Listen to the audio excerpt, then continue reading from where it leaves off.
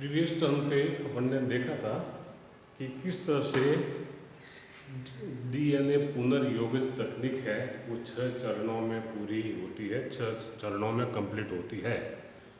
और उसमें पहले चरण में अपन ने यह देखा था कि isolation of A gene, isolation of A desired gene, जो इच्छित जीन है उसका किस तरह से पृथक्करण किया जाता है और किस तरह से उसका आइसोलेशन किया जाता है।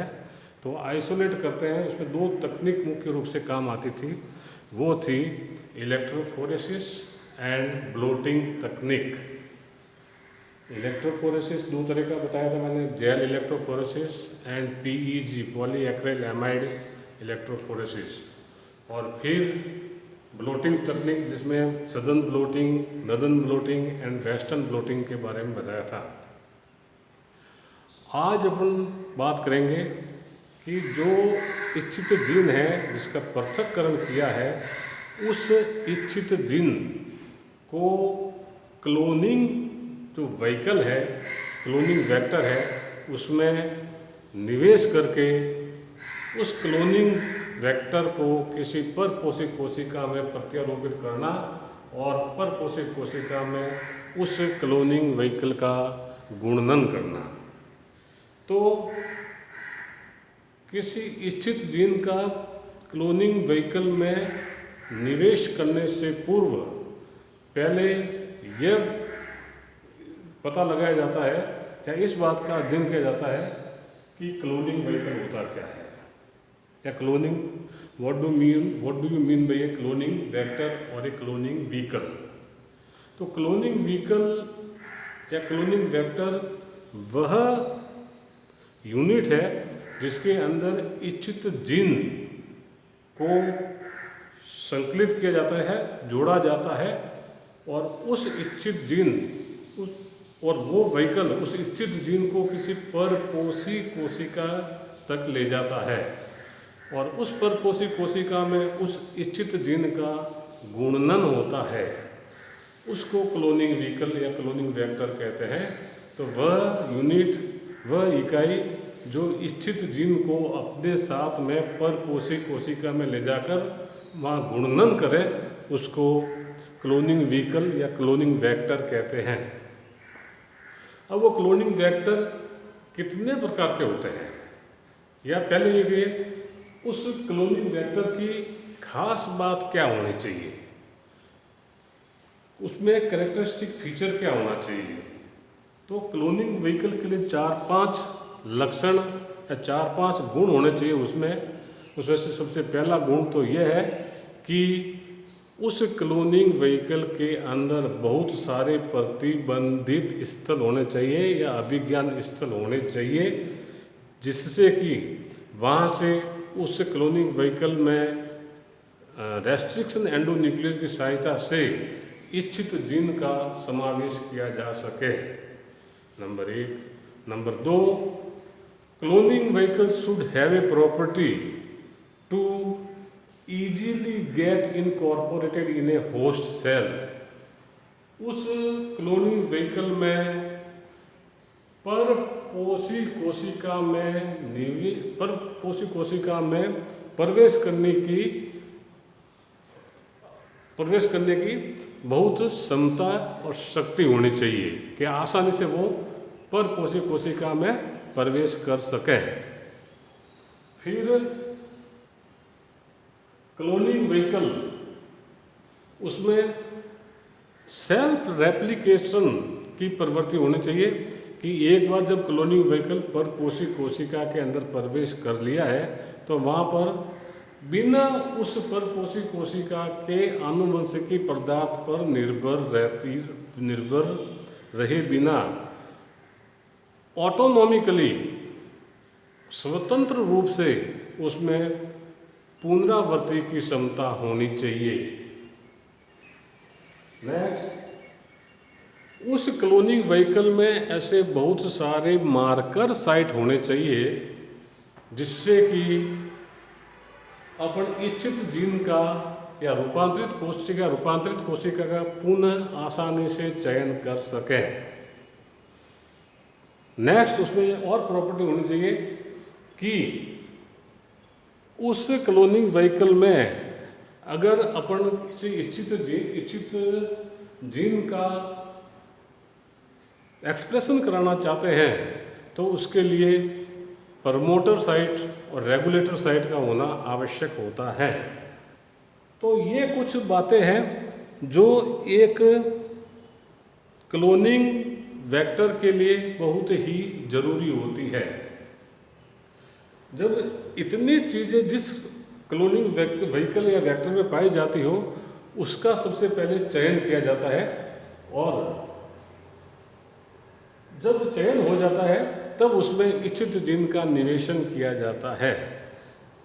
अब क्लोनिंग व्हीकल या वेक्टर कितने प्रकार के होते हैं?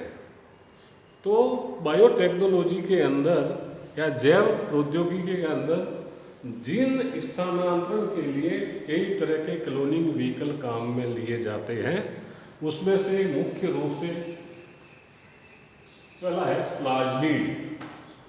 क्या होता है plasmid? Extra chromosomal material of a bacteria is known as plasmid. जीवाणु के मुख्य गुणसूत्र के अतिरिक्त जो पाए जाने वाला आनुवंशिकी पदार्थ है उसको प्लाज्मिड कहते हैं। और जैसा कि अपन जानते हैं प्लाज्मिड में सेल्फ रेप्लिकेटिंग प्रवृत्ति होती है, बिना अपने मुख्य आनुवंशिकी पदार्थ पर निर्भर रहे बिना इसमें स्वतः प्रतिकृति की क्षमता होती है। प्लाज्मिड भी दो प्रकार के होते हैं, एक तो नेचुरली अकरिंग जो किसी जीवाणु कोशिका में प्राकृतिक रूप से पाए जाते हैं, और दूसरा कृत्रिम रूप से बनाए गए प्लाज्मिड। तो कृत्रिम रूप से जो प्लाज्मिड बनाए गए हैं उनको दो प्रकार के हैं, एक तो PBR series. PBR stand for plasmid constructed by two scientist Bolivar and Rodriguez. इसको एब्रीवेटेड फॉर्म है PBR, plasmid constructed by Bolivar and Rodriguez. और फिर इसकी कई सीरीज है, पीबीआर 322, पीबीआर 324, ऐसे करके कई सीरीज है। तो जो 322 वगैरह ये है ये एक्सपेरिमेंट नंबर को शो करता है। दूसरा है पक्ष series, plasmid constructed at university of California. Way plasmid जो कैलिफोर्निया विश्वविद्यालय द्वारा बनाए गए हो उनको पक्ष सीरीज कहते हैं या पक प्लाज्मिड कहते हैं। नेक्स्ट है कॉस्मिड। कॉस्मिड में दो अलग अलग क्लोनिंग व्हीकल को जोड़ के बनाया जाता है। इसमें कॉस साइट तो प्लाज्मिड से ली जाती है, और जो बैक्टीरियोफेज वायरस होता है उसके अंदर बैक्टीरिया के प्लाज्मिड की कॉस साइट को जोड़ा जाता है, और जो रिजल्टेंट प्रोडक्ट मिलता है उसको कॉस्मिड कहते हैं। तो cosmid is a hybrid form of plasmid and bacteriophage virus. Bacteriophage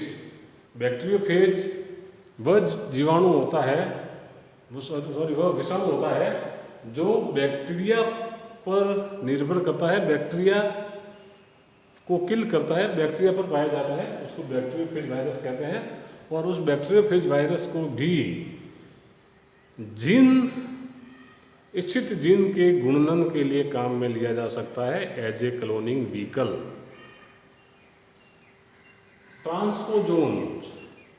ट्रांसपोजोन जैसे इसको बारबरा मैक्लिंटॉक ने दिया था, तो वे डीएनए के खंड होते हैं जो क्रोमोजोम में आसानी से एक जगह से दूसरे जगह पे जंप कर लेते हैं, उसको जंपिंग जीन भी कहते हैं या ट्रांसपोजोन्स भी कहते हैं। इसके साथ इच्छित जीन को जोड़कर परपोषी कोशिका में समावेशित करके उसका गुणनन कराया जा सकता है।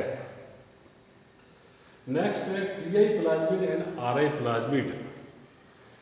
एक बैक्टीरिया होता है जिसका नाम है एग्रोबैक्टीरियम टूमीफेसियंस। और इस एग्रोबैक्टीरियम टुमिफेसियंस की खास बात ये होती है, it has a immense power to infect in a dicotyledons plant. यह किसी भी द्विबीजपत्री पौधे में संक्रमण कर सकता है।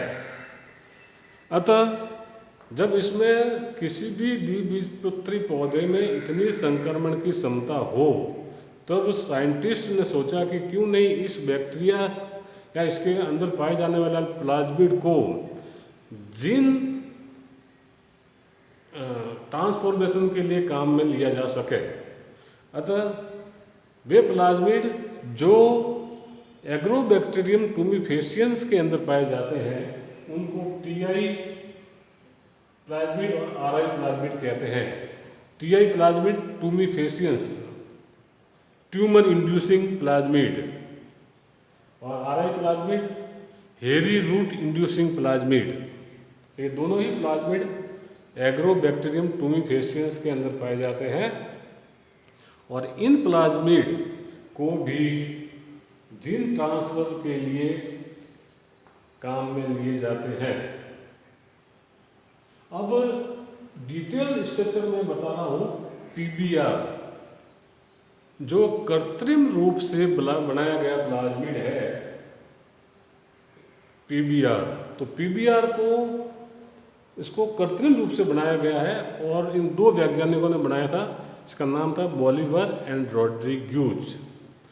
बॉलिवर और रोड्रिग्यूज ने क्या किया, इन्होंने ई कोलाई बैक्टीरिया का प्लाज्मिड लिया और उस ई कोलाई बैक्टीरिया के प्लाज्मिड के अंदर दो प्रतिजैविक प्रतिरोधी जीन का समावेश किया। तो ये जो प्लाज्मिड है जो ई कोलाई से लिया गया है, इसके अंदर टेट्रासाइक्लिन रेजिस्टेंट जीन, ये टेट्रासाइक्लिन रेजिस्टेंट जीन है और ये एम्पिसिलिन रेजिस्टेंट जीन, दो प्रतिजैविक या एंटीबायोटिक रेजिस्टेंट जीन डाले गए। और इन जीन की खास बात ये होती है कि इसमें बहुत सारे रेस्ट्रिक्शन एंजाइम के अभिज्ञान स्थल पाए जाते हैं, जिसकी वजह से जो भी एंजाइम अपने पास हो उस एंजाइम से इस साइड को काटा जाता है और वहाँ पर इच्छित जीन का निवेशन किया जाता है। तो अभिज्ञान स्थल वो स्थल होते हैं जहाँ पर प्रतिबंधित एंजाइम आके वहाँ से काटते हैं और उस स्थान पर जो इच्छित जीन है, डिजायर्ड जीन है, उसका समावेश किया जाता है। अतः इस तरह से जो बनाए गए एंजाइम क्लोनिंग व्हीकल है उसका नाम दिया गया pBR, plasmid constructed by Bolivar and Rodriguez. और इन्होंने कई तरह के प्लाज्मिड बनाए हैं। तो उस एक्सपेरिमेंट के आधार पर इनका ये नंबर दिया गया प्लाज्मिड पीबीआर 322, पीबीआर 327 और इसमें मोस्ट पॉपुलर है ये पीबीआर 322, जिसमें दो प्रतिबंधित प्रतिजैविक प्रतिबंधित स्थल पाए जाते हैं, tetracycline resistant and ampicillin resistant. इसमें बहुत सारे रेस्ट्रिक्शन एंजाइम के अभिज्ञान स्थल पाए जाते हैं। और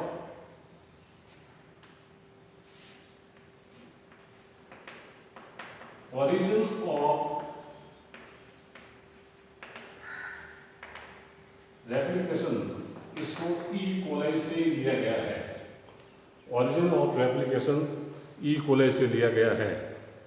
कुछ एक इसमें अभिज्ञान स्थल इस एंजाइम के भी पाए जाते हैं जो ई कोलाई से प्राप्त होता है। तो वह प्लाज्मिड जिसमें टेट्रासाइक्लिन एम्पिसिलिन रेजिस्टेंट जीन पाए जाते हो और ऑरिजिन ऑफ रेप्लिकेशन जो ई कोलाई से लिया गया हो, तो इस तरह से जो नए कृत्रिम रूप से जो प्लाज्मिड बनाते हैं उसको पीबीआर नाम दिया गया। पीबीआर दो वैज्ञानिकों से बनाया गया प्लाज्मिड है। ठीक इसी तरह कुछ साइंटिस्ट ने यूनिवर्सिटी ऑफ कैलिफोर्निया में भी प्लाज्मिड बनाए गए, और जो प्लाज्मिड यूनिवर्सिटी ऑफ कैलिफोर्निया में बनाए गए उनका नाम लिया गया पक series, plasmid constructed at university of California. और ये दोनों ही तरह के जो कृत्रिम रूप से जो प्लाज्मिड बनाए गए हैं, यह डीएनए पुनर्योगज तकनीकी में बहुत ही उपयोगी है, बहुत ही उपयोगी, यह मील का पत्थर साबित हुए हैं, क्योंकि इसमें wide range of restriction site पाई जाती है, जहां से रेस्ट्रिक्शन एंडोन्यूक्लियस के द्वारा उस स्थान को काटा जाता है और वहाँ पर इच्छित जीन का समावेश किया जाता है। फिर इस प्लाज्मिड को होस्ट सेल के अंदर होस्ट सेल के अंदर प्रवेश कराया जाता है, और होस्ट सेल में यह प्लाज्मिड गुणनन करता है और इसके साथ साथ अपने इच्छित डीएनए भी गुणनन करता है। तो इस तरह से जो सेकंड टॉपिक है रिकॉम्बिनेंट डीएनए टेक्नोलॉजी का, कि selection of cloning vehicle and vector. तो क्लोनिंग व्हीकल क्या होता है, उसमें क्या प्रॉपर्टी होनी चाहिए, ये मैंने आपको बताई है, और क्लोनिंग व्हीकल कितने प्रकार के होते हैं, ये है selection of cloning vehicle and structure of cloning vehicle.